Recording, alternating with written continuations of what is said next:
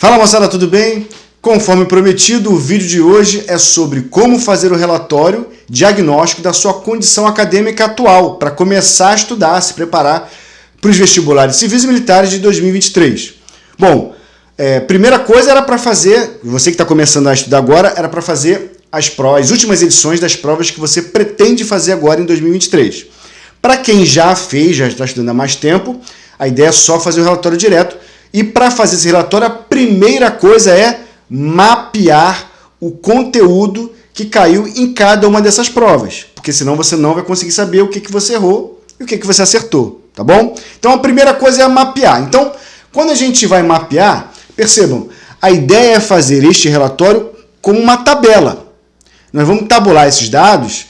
Eu sempre sugiro que seja no Excel, mas se não puder fazer no Excel ou em qualquer outro aplicativo ou qualquer outro programa de planilhas, pode fazer à mão, ok, não tem problema. Pega a régua, já fiz muita planilha na mão, mas depois que eu descobri o Excel ficou muito mais fácil, obviamente, né? Pois bem, então nós vamos colocar como vocês podem ver aí na tela, tá?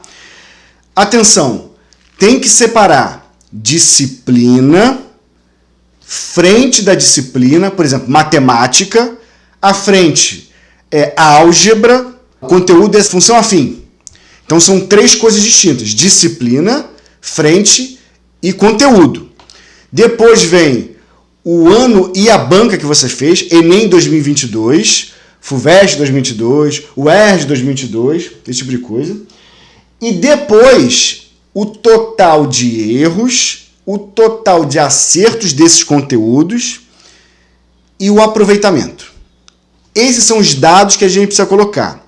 Se você já tem se preparado ao longo do último ano, dos últimos anos, coloque os últimos simulados que você fez, os simulados que você fez em 2022. Então, entre as provas e os erros totais, os acertos totais, coloque também os simulados, tá bom? Vai colocando, então, disciplina, frente, conteúdo, as últimas edições das provas, os últimos simulados, e aí sim coloca total de acertos, total de erros, total de acertos e o aproveitamento. Beleza? Dito isso, é importante isso porque se a gente não se organizar e não souber como é o nosso quadro atual, a gente não consegue sair do lugar, tá? Então, primeira coisa é isso.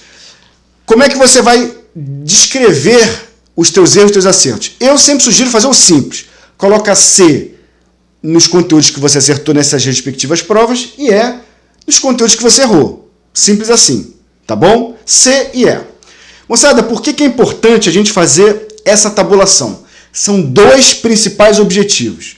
Quando a gente vê o teu total de aproveitamento, a gente consegue ver por frente, consegue ver por disciplina e por conteúdo específico. É importante a gente ver por disciplina, quer dizer, por tudo, mas por disciplina também, porque a gente só consegue saber o quanto a gente precisa acertar se a gente conhecer um pouco do concurso. Por exemplo, o Enem, que é uma prova que a gente não consegue saber a nossa nota só quando sai a não ser quando sai o resultado, com o número de acertos a gente não consegue saber a nossa nota, mas a gente tem um histórico que mostra mais ou menos que 80% da prova, se você acertar e você tiver cota de colégio público, você está dentro, inclusive, para medicina. Porque medicina, juntamente com engenharia aeronáutica, são as notas de corte mais altas do país, no Enem, né? Pois bem, se você for ampla concorrência, nós estamos falando entre 80% e 85% da prova. Nessa brincadeira, nós estamos falando de 40 questões, 39, 41, enfim, né? De 36 a 40 você está dentro, né? Aí vai depender muito do TRI, obviamente. Portanto, se a gente pegar essa referência de 85% e a gente perceber que nesse diagnóstico inicial nós acertamos, em média, em matemática, 40% das questões, nós temos aí uma janela para crescer. Então, de 40, nós temos que chegar em 85. E nós não precisamos chegar em 85 no primeiro simulado que a gente fizer em março ou em abril. A gente tem que chegar em 85 em novembro. Então estamos com 40 ou estamos com 50? Primeiro simulado, 55, 60. Segundo simulado, 60, 65. Terceiro, 65, 70. E assim a gente vai subindo paulatinamente. E por que isso é importante? Para não desesperar lá em maio, junho, julho, achar que está tudo perdido, porque só está acertando 70% da prova, sendo que a nota de corte do teu curso é 80%. Se você saiu de 50% e está em 70%, embora você não tenha chegado de fato na sua nota de corte, mas você está num nível de evolução. Então sabe que o modelo que você está estudando, a estrutura que você traçou, está correta. O problema é quando você está evoluindo e a tendência de evoluir quando você estuda firme é muito grande quando você está com um patamar mais baixo. Quanto mais baixo o teu patamar de aproveitamento, mais evolução você tem rápida. Quando você chega lá em cima, a tua evolução fica menorzinha. Mas não pode travar, não pode ficar parado em 70% o tempo todo. Se você quiser concursos ou provas com nota de corte alto.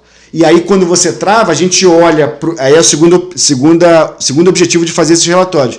Quando a gente olha o teu número de erros, os totais de erros, a gente vê que está errando mais, um exemplo, função afim do que análise combinatória. Está errando mais Brasil colonial do que segundo reinado, sei lá, um exemplo apenas.